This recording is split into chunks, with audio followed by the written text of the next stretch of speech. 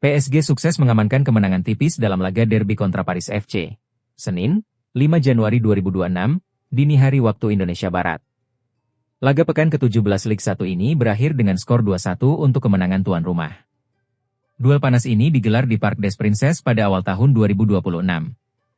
Ini adalah laga kompetitif pertama PSG usai jeda musim dingin yang cukup panjang.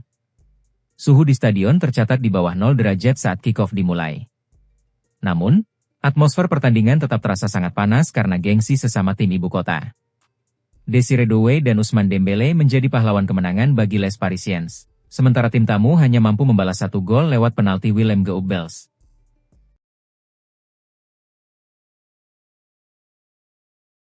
Fabio Capello melancarkan serangan verbal yang keras terhadap standar perwasitan sepak bola modern.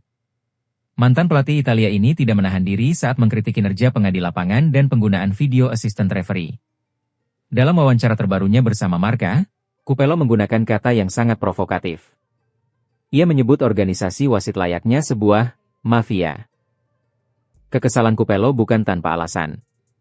Ia merasa para wasit terlalu eksklusif dan enggan melibatkan pelaku sepak bola sesungguhnya, seperti mantan pemain, dalam pengambilan keputusan video assistant referee. Menurut Capello, inilah akar masalah mengapa banyak keputusan video assistant referee yang justru membingungkan dan tidak logis di mata para pesepak bola.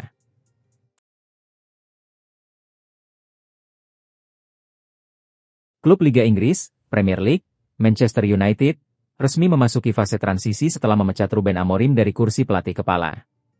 Situasi ini memunculkan spekulasi baru terkait sosok pengganti sementara, dengan nama Ole Gunnar Solskjaer disebut-sebut siap kembali ke Old Trafford untuk membantu klub keluar dari krisis di Liga Inggris. Ketertarikan Solskjaer mencuat tak lama setelah Man United mengumumkan pemutusan kerjasama dengan Amorim, yang dinilai gagal menjaga stabilitas tim di ajang Premier League musim 2025 hingga 2026. Kabar mengenai ketertarikan Ole Gunnar Solskjaer disampaikan langsung oleh pakar transfer ternama, Fabrizio Romano.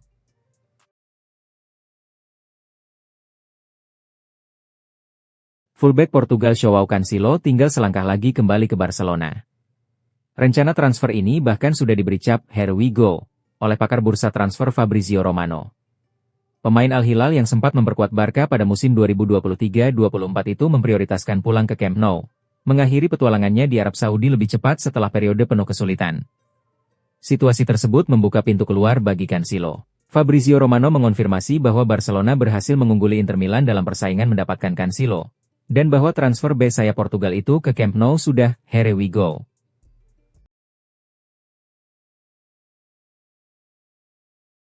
Manchester City dipastikan kehilangan bek andalannya, Joško Gvardiol, untuk jangka waktu yang tidak sebentar.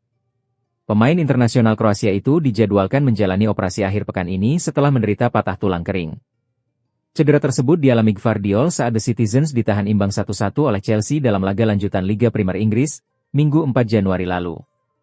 Insiden yang menimpa Gvardiol terjadi pada awal babak kedua, memaksanya ditarik keluar pada menit ke-51. Kabar buruk bagi pelatih Pep Guardiola semakin bertambah, mengingat rekan duet Gvardiol di jantung pertahanan, Ruben Dias, juga menyusul masuk ruang perawatan setelah ditarik keluar akibat cedera hanya berselang 30 menit kemudian.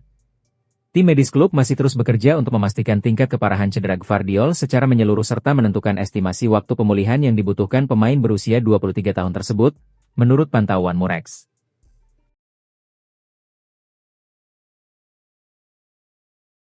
Manchester United menjalani ujian penting saat bertandang ke markas Nottingham Forest dalam lanjutan pekan ke-10 Premier League 2025-2026, Sabtu 1 November malam waktu Indonesia Barat. Misi mereka jelas, mengamankan kemenangan keempat secara beruntun dan mempertahankan momentum kebangkitan.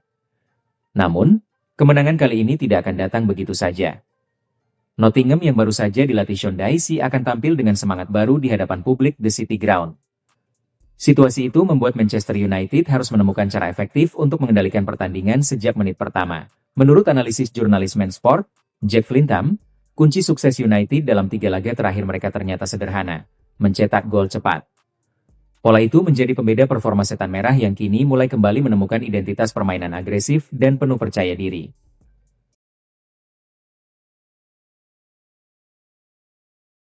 Arsenal seolah berada dalam jalur tak terbendung menuju tangga juara Premier League musim 2025-2026. Pasukan Mikel Arteta tampil begitu dominan, seakan belum mengeluarkan seluruh kemampuan terbaiknya, namun sudah unggul 4 poin di puncak klasemen.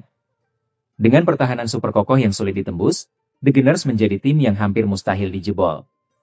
Dari 9 pertandingan pertama, hanya Erling Haaland yang mampu mencetak gol dari permainan terbuka ke gawang mereka. Duet William Saliba dan Gabriel Magalhaes di lini belakang benar-benar menjadi tembok baja yang sulit dilewati. Bahkan, catatan defensif Arsenal saat ini menempatkan mereka di jalur untuk memecahkan rekor sepanjang masa. Jika tren ini berlanjut, Arsenal hanya akan kebobolan 13 gol sepanjang musim, melewati rekor milik Chelsea era Jose Mourinho yang hanya kemasukan 15 gol di musim 2004-2005.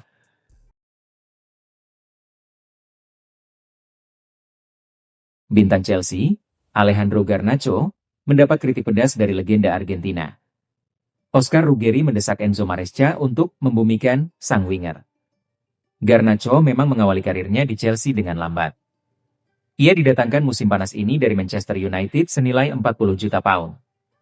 Performanya dinilai jauh dari ekspektasi.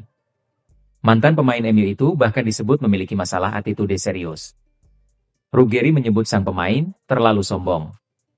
Padahal, manajer Enzo Maresca sebelumnya memberi pembelaan terkait kondisi fisiknya.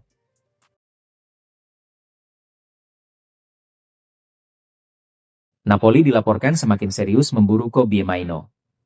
Raksasa Italia itu dikabarkan ingin memboyongnya dari Manchester United pada Januari nanti. Kabar dari Italia menyebut minat ini sebenarnya bukan hal baru. Napoli sudah pernah menanyakan situasi Mainoo di akhir bursa transfer musim panas lalu. Situasi Mainoo di Old Trafford sendiri memang tidak ideal. Ia kesulitan menembus tim utama asuhan pelatih Ruben Amorim. Kini, Napoli punya alasan yang jauh lebih mendesak untuk merekrutnya.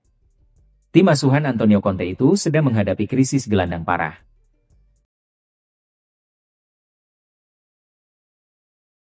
Luciano Spalletti resmi diperkenalkan sebagai pelatih baru Juventus. Namun, penunjukan mantan pelatih timnas Italia ini menghadirkan nuansa janggal yang sulit diabaikan begitu saja. Di lengan kiri pelatih berusia 66 tahun itu, masih terukir tato lambang Napoli, klub yang ia antarkan menjuarai Serie A untuk pertama kalinya dalam 33 tahun terakhir. Kisah cinta antara Spalletti dan Napoli sejatinya berakhir manis pada 2023. Ia membawa Il Partenope ke puncak kejayaan, lalu memilih mundur dengan alasan emosional, tak sanggup melatih klub lain di Italia dan menghadapi Napoli sebagai lawan. Kini, takdir justru membawanya ke Turin, menjadi nahkoda baru Bianconeri, salah satu rival berat tim yang begitu ia cintai.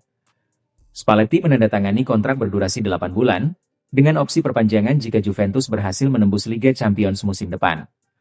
Ia menggantikan Igor Tudor, yang dipecat usai 8 laga tanpa kemenangan.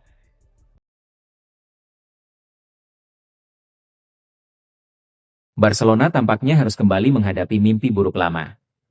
Setelah Lionel Messi pernah bergulat dengan masalah serupa di masa mudanya, kini bintang muda Lamine Yamal dilaporkan tengah menderita cedera kronis pada bagian selangkangan yang berpotensi mengganggu performanya. Pemain berusia 18 tahun itu tampak kesakitan dalam laga El Clasico yang berakhir dengan kekalahan 1-2 dari Real Madrid pekan lalu.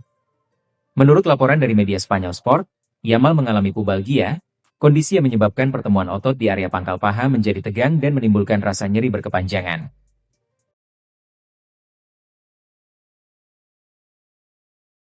Luis Diaz menjadi salah satu pemain yang paling menonjol di Bayern Munchen musim ini. Pemain asal Kolombia itu langsung memberi dampak besar sejak meninggalkan Liverpool. Setelah 3,5 tahun penuh kesuksesan di Anfield, Diaz memutuskan untuk memulai petualangan baru di Jerman. Keputusannya untuk pindah ke Bayern pada Juli lalu senilai 65,5 juta pounds menjadi langkah besar dalam karirnya. Diaz tidak butuh waktu lama untuk beradaptasi. Dalam 14 pertandingan, ia sudah mencatat 8 gol dan 5 assist untuk Bayern. Penampilan impresif itu membantu Di Roten memenangkan Piala Super Jerman dan memimpin klasemen Bundesliga dengan selisih 5 poin. Namun di balik kesuksesan itu, ada cerita menarik yang belum banyak diketahui publik. Diaz mengungkap bahwa ia sempat berbicara dengan Florian Wirtz sebelum pindah ke Bayern.